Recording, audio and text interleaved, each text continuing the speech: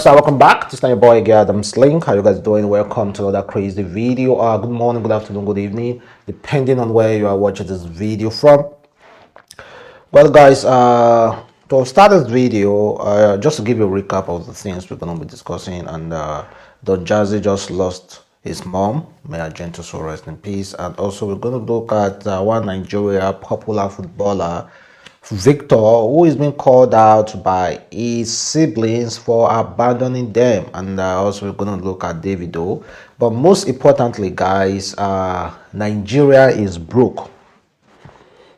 The Minister of Finance and the federal government just recently raised an alarm talking about Nigeria debt.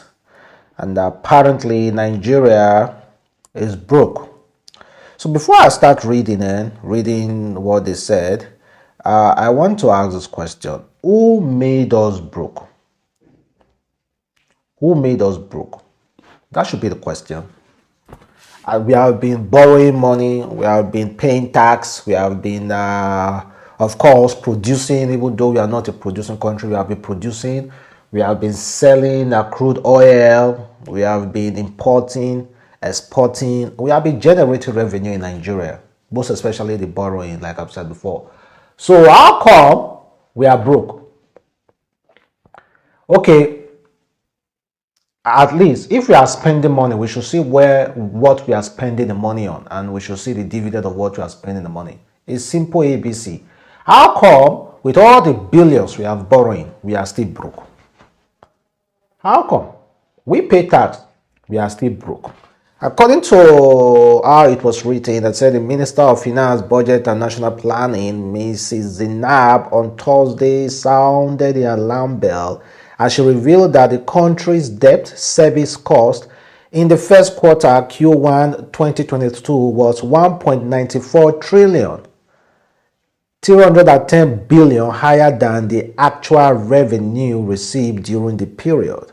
Also, Ahmed projected a total of 6.72 trillion as full year budget for petrol subsidy payment in 2023.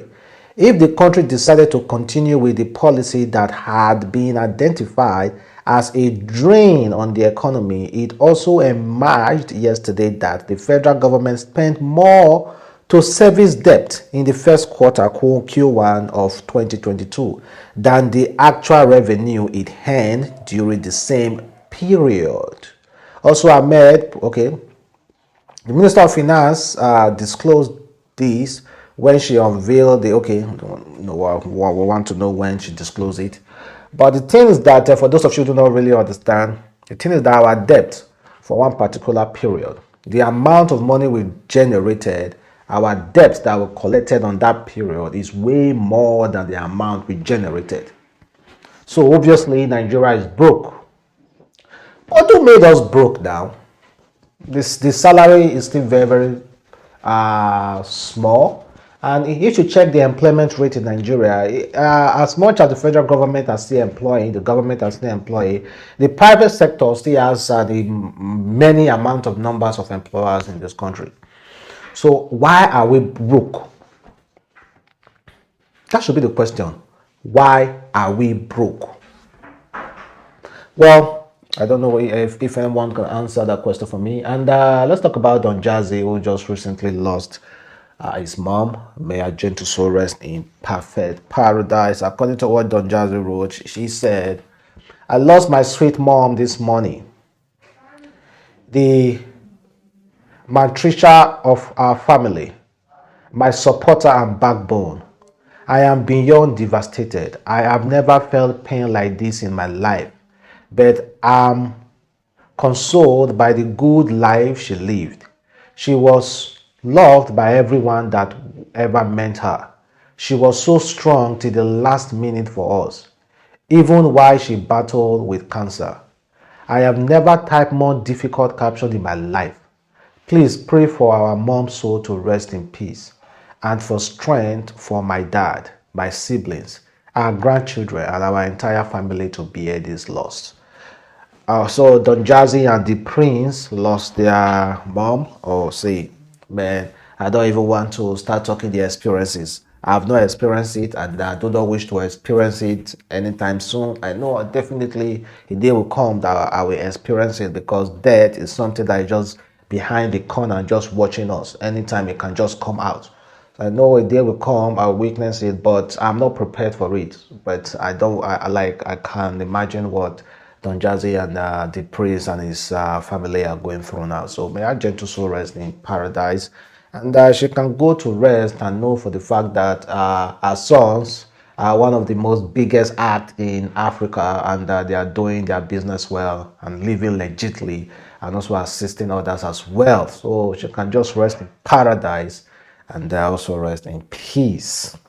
Then we saw some Nollywood entertainers visited Tinubub. Zach Oji is also there. No, Zach Oji, oh, now they pay me pass for that picture. You know, up to today, if you do not know that, it's all about my pocket in this country when it comes to Nollywood. It's all about my pocket. There, you won't understand. Nollywood is one of the most unreasonable entertainment entity in Nigeria. They are very, very unreasonable. They do not know, because of corruption, that is why they are not being paid well. If the country is good, I bet you they will crop piracy. They will be earning enough money. They will get paid well. They don't know. This sense no dey their head at all. Those people who visited, well, okay, let me put it like this. See, we all have our own, like, this is a democratic system, and everyone can decide to support whoever he or she wants to support. But just to have a say on this matter, I think, like I've said before, one of the issues in this country is artificial poverty. You'll see the right thing to do, but to do that right thing will cost you more, will cost you longer time, and you cannot go that way. So you will either go for the short term, like collect and just go that time. You don't think about the future, and thereby you will always stay hungry. Like I've said about Nollywood, if they have a really, really good system of government in this country, Nollywood will never suffer. You see the Hollywood are enjoying the dividend. That's why you see actresses, celebrities being paid billions of US dollars. And when you translate it or transfer it to Nigerian currency, it's because billions of nairas being paid for just one role, because of the system. Let's say in a country in a country like Nigeria, with over 200 or something million Nigerians, and no piracy. You do not pirate anybody's work, and it's being implemented well. No corruption, nothing. Nobody is bribing someone or somewhere. No piracy. Tell me, if Abba make one video, if all those local producers decided to make just one video, just one movie, sorry. Tell me if that producer will not have enough money to pay the team and also pay the actresses and everybody. Well paid, paid them well. No stress. They do not know. But they will continue because they just want that contract and everything. That's some money that they get. And they decided to visit Tinubub. Like I've said before, everybody has their own fundamental human right to do whatever they please. After all, we see someone like Davido supporting Atiku and Portable supporting the APC. So everyone is free to do whatever he or she feels like is the best for Nigeria. But I'm somehow disappointed in them, though. That's just the truth. And also, have you guys seen this video of Tinubub forgetting the name of his party? And the commitment for us as members of the action Tinubu was still living in 2014 while he was being interviewed. He thought he was in Action Congress. He never knew that time has passed. He's now in APC. Well, he was immediately corrected and he made the appropriate correction. So let's talk about Davido, who was recently in Amsterdam. He went to McDonald's of course, to get something to eat, and he thought he won't be recognized. Like, he tried as much as possible to disguise, but you know what? Davido will be Davido, and Davido is well known, and a lot of people immediately recognize him, most especially these two Nigerians.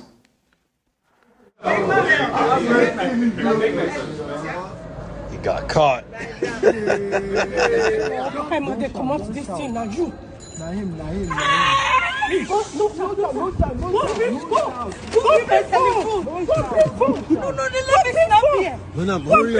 me stop here.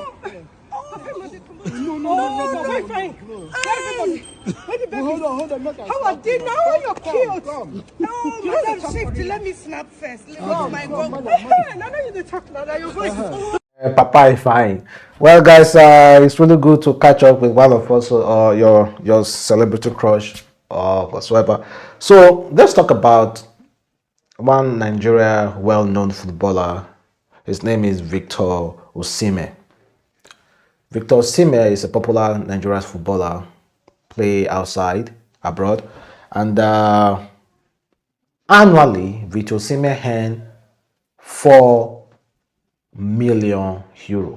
That is over €4 million. That is over 1.8 or 2 billion naira annually. Now, is one of his sister and her husband is calling out Victor for abandoning her and also not giving her money and all those things, all the rest. So I'm gonna play you like some of the videos, and we have a discussion after that. You understand? Because my husband sees kind of lifestyle is living and the way we, his sisters, are living. It's only my head that I have out.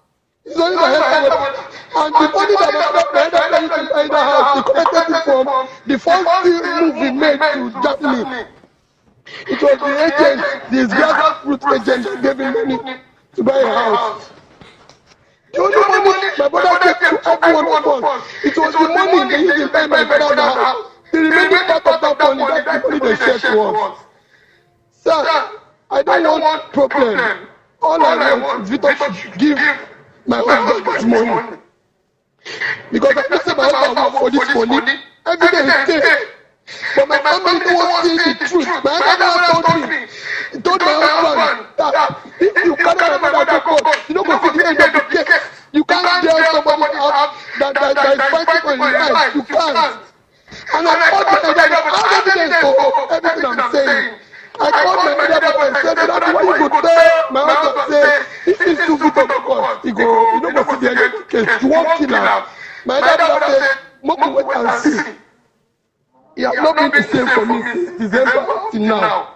People that is close to me will tell you, it's not easy for me. My family abandoned me. I've begged everybody. I had a message of one of my sisters, my junior sister that is very, very close to Victor. We see him without her, we can't reach Victor. If we want to collect something from Victor, we must tell her before we can reach Victor. If we go to her back to tell Victor, Victor will have to tell her first before Victor can give us anything. Even though Victor said he would not help me again, the situation I am now, I don't care anymore. It's to give my husband what belongs to him. He told me categorically, February. Let me us the story. I want you to calm down. Just calm down.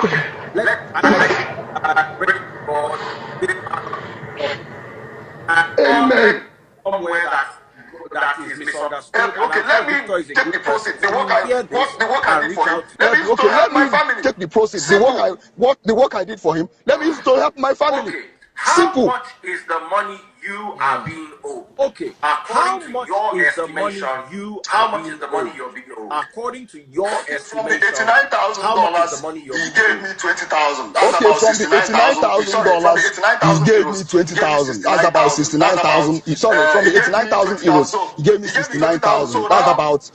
He gave me 20,000. So he gave me 20,000. So now, yes. Wait. You said 91,000 euros. So when you transfer the bank charges and all that, Okay. so he gave me 20. so when you transfer the bank charges and all that, so he gave me 20. He gave me 20,000. Now what is owing me for euro is about 69,000 plus some other cents, more currencies. Then plus another $439,000. That's what is owing me.